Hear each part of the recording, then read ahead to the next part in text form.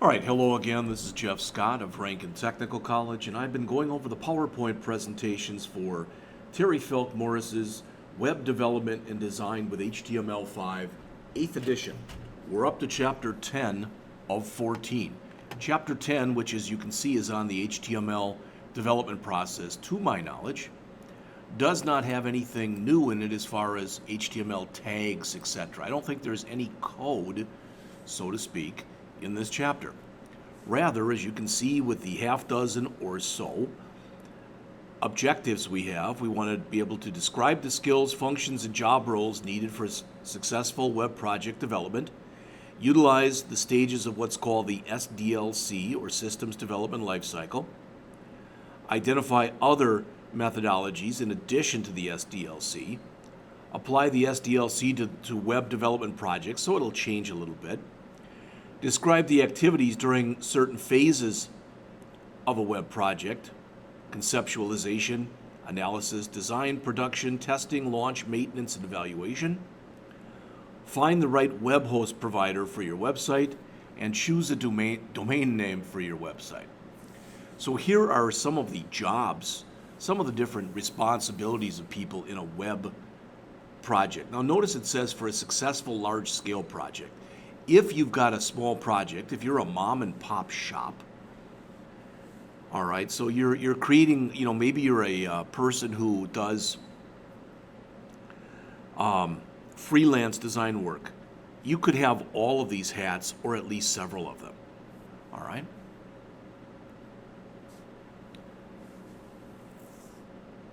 Again, each person may wear many hats and juggle job roles. Okay. Some job roles may be outsourced. All right, so sometimes you do things internally, sometimes you do things externally. Now, in the book, if I back up a little bit, they do give an explanation of everything that goes on in here. All right, it looks like they don't give nearly the explanation inside of the PowerPoints here. Staffing criteria. Find the right person to work on a project is crucial.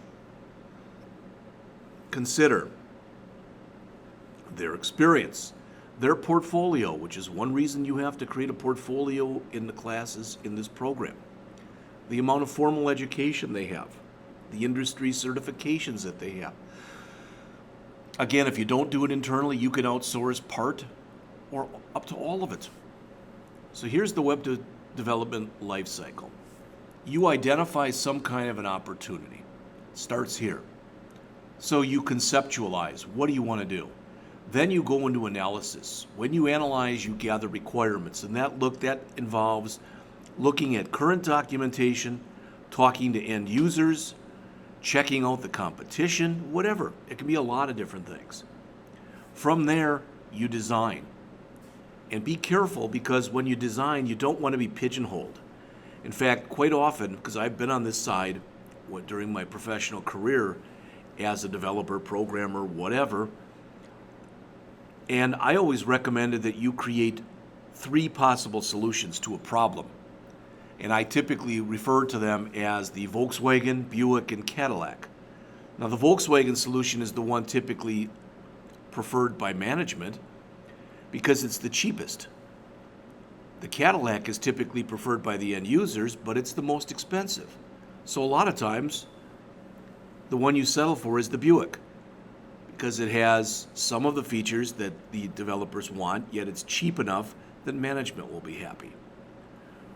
From design, you go to production, where you actually create whatever it is you're working with.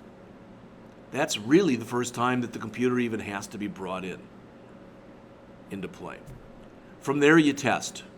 Not only do you want to test to make sure that whatever the site is, it does everything it's supposed to do, but you don't break anything else that may be out there. After you test and you're happy with it, you test and you test and you test some more, you're ready to launch. When you launch, as it says, you're publishing your website. All right, after you publish, you go in and you maintain. This can be literally years.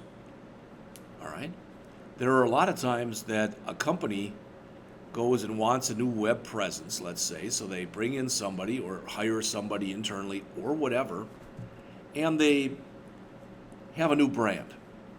All right, they update their product, they do whatever, with the plan or with the goal that, that maybe that'll happen, and that new plan or that new whatever that they're working with will last a year or a couple years, but pretty soon it's 2 years, it's 5 years, it's maybe close to 10 years. What I'm telling you is this maintenance, where you fix and enhance, can be ongoing, and in many ways can be perpetual. It can just keep going and going. And the last thing that's shown in there is evaluation, where you review what you've done. That's an unbelievably important part of the process, but unfortunately, many firms feel they don't have the time, the people, whatever to do it, but it's always worthwhile.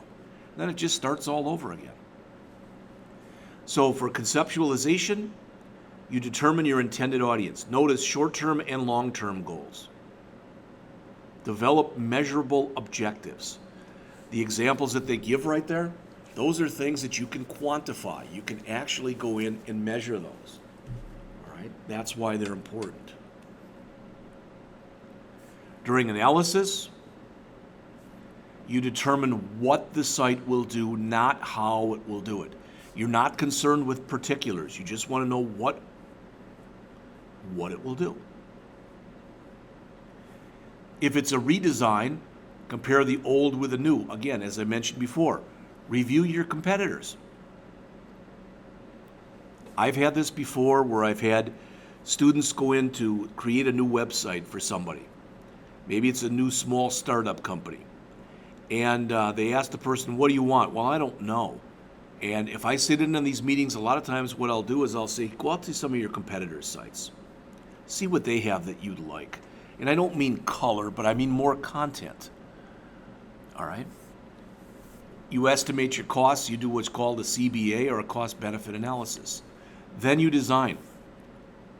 Again, before you even bring the computer out, sometimes you might draw it up on a napkin.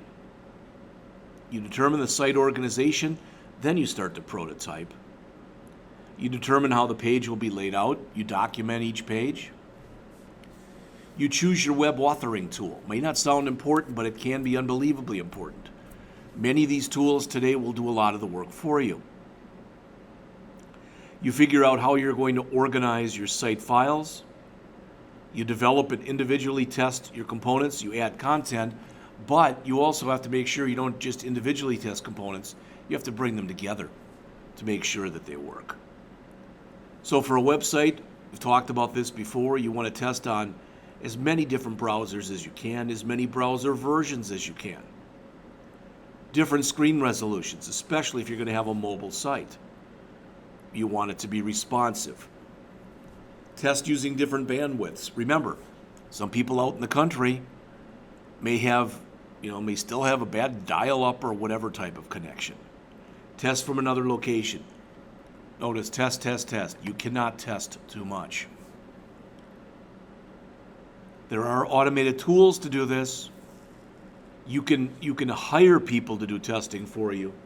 And sometimes you do that. Sometimes you bring in basically beta testers, where you might bring in somebody from the outside who does this.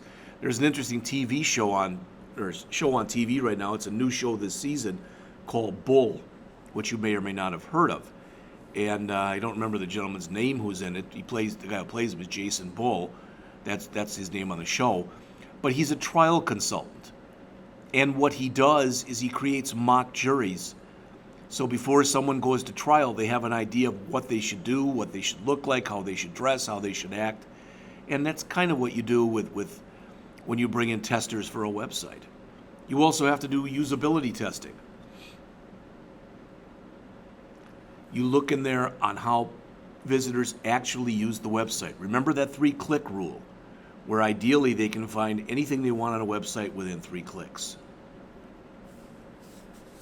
All right. Eventually, you've got to give it to your client and have the client test it before it goes live. And you know what? Something will happen during one or more of these phases that was not planned for. So with the approval and the launch, you get a sign-off, you upload the files to the web server, you create backups, you test it again after the upload. Why? Because something is going to happen that you didn't plan on happening. Then you go into maintenance, and notice as it says there, the never-ending task. You're adding enhancements and fixes. Okay. You might identify new opportunities. You might have to go through the process all over again. Then evaluation. You go back and you look at what you said you'd do at the beginning. So you revisit your goals, objectives, mission, etc. And then you said, how close are we to meeting those? Can we develop a plan so it works better the next time? I remember I spent 3.5 years as a C programming language programmer at AT&T Bell Labs in the early 80s before AT&T had the split. And one of the first projects I ever worked on, the project manager, his name is Ken Paker, came through and we had all these things set up. There was a big timeline that ran the width, basically, or I should say the length, of an entire wall of a hallway that probably went a good, 30 feet maybe. And there was a big timeline on it. And what Ken did was there was a bunch of stuff that we had there that was due, and I think it was about 1984, something like that. He went in and took all the 84s and changed them to 85s. Everything we had, and changed the 85s to 86. And said, now we're on track. And he wasn't trying to be a smart aleck or anything, but he realized even at that time we were behind, and that's probably was a lot more the timeline we were going to meet. And he was pretty much correct. All right, let's switch gears a little bit and talk about domain names. Rankin.edu. All right. Google.com, etc. You know, the word Google is in the dictionary now, to my knowledge. And I think before Google opened, I don't think it was. The domain name, as it says, establishes a web presence for your business or organization. If you're a new business, you choose it when you select the company name. If you're an established business, you choose a domain name that you think relates to your business presence. Some people also, if you've never heard this term before, they cyber squat. So let's suppose that in the year 2020, somebody already imagines that Elizabeth Warren is going to run for president. Now, my guess is that if you went up to elizabethwarren.com, and I'm not going to do it, she may already have that domain purchased. But let's say she doesn't. Somebody could go and buy that domain, and then if she wants it later, they could sell it to her. And there are people who do this. They do what's called park the domain name, where they just hold it in perpetuity until somebody wants to buy it. When you choose a domain name, the domain name should describe your business. It should be brief. You shouldn't have hyphens in it.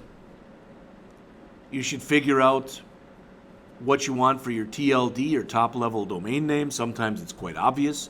Again, if you're an educational institution, .edu. Okay. Brainstorm potential keywords. Avoid trademarked words or phrases. Know your territory. Verify the availability. All right. So if I wanted to know, as an example, and this maybe is a poor example, but let's say that I decided that what I wanted to do was I wanted to know if JeffreyPaulScott.com was available. I could type in http://www.jeffreypaulscott.com. And if it says the site can't be reached, typically what that means is that would be available if I wanted it. I don't. But if I did, typically it would be available.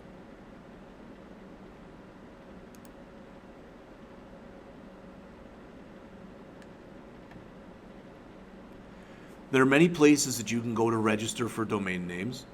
Notice register.com, Network Solutions, GoDaddy has their own. Some people go from the idea that wherever you're going to go to actually host your website, you should not register your domain there. Other people don't agree with that.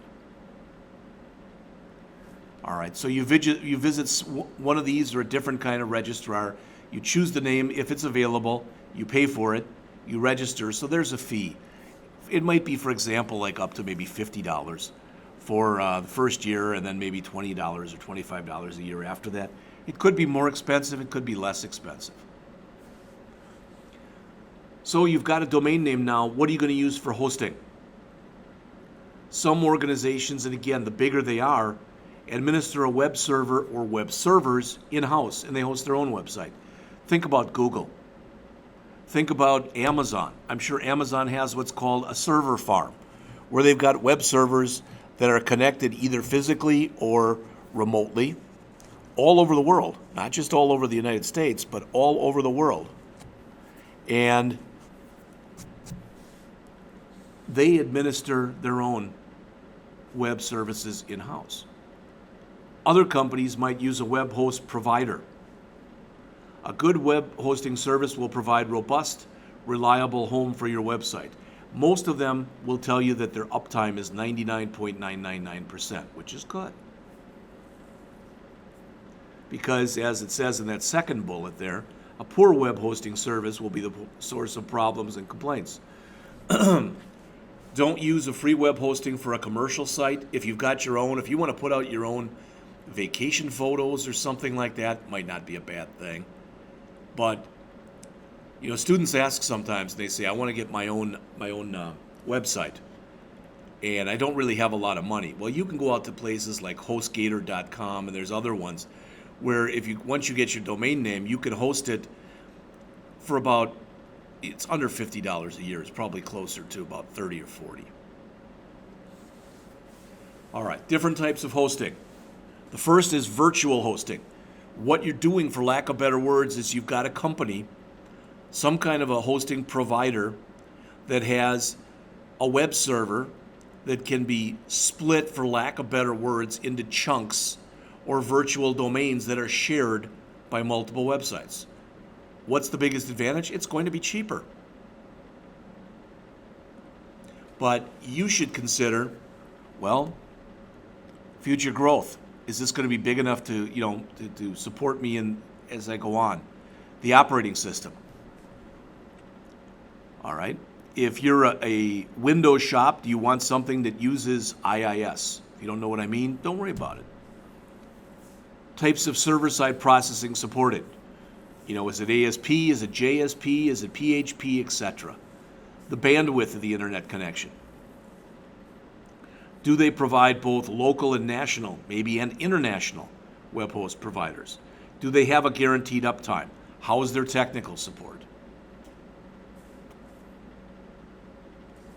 Again, if you're a large or an enterprise website, do you want a dedicated web server?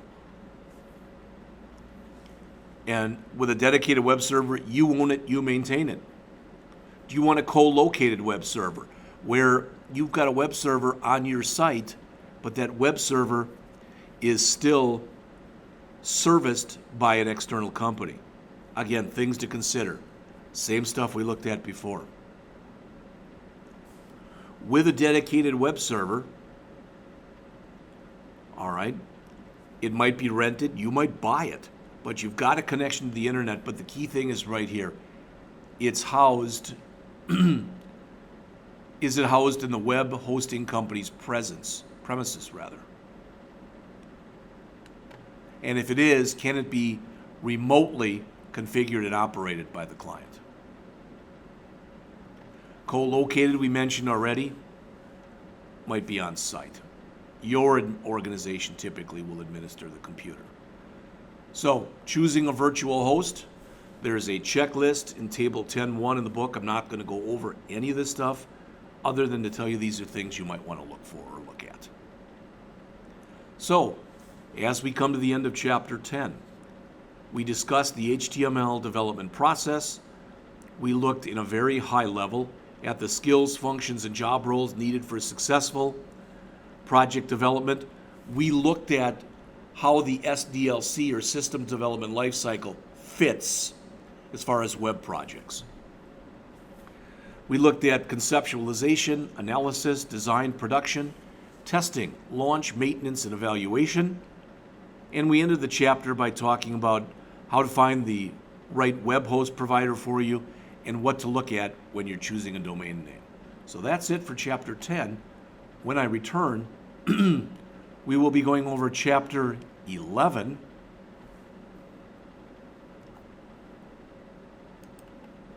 And in Chapter 11, we're going to go back and we're going to start talking about audio and video. I will tell you very quickly, I did not go back in and update my form. I'm still going to try to do that, but for now, I'm just going to comment out what I've been working on for the form. So again, when we come back, so right now this should be pretty much a blank page, and it is. So again, when I come back in just a couple minutes,